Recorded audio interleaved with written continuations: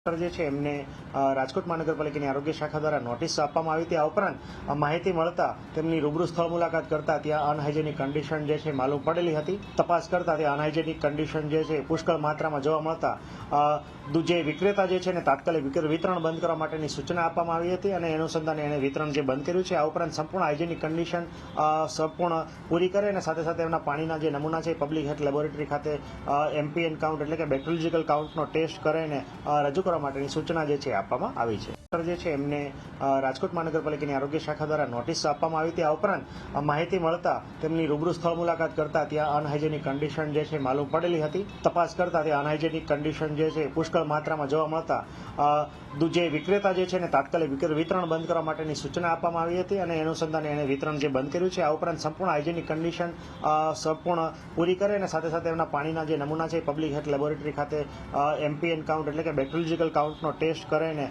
રજૂ કરવા માટેની સૂચના જે છે આપવામાં આવી છે।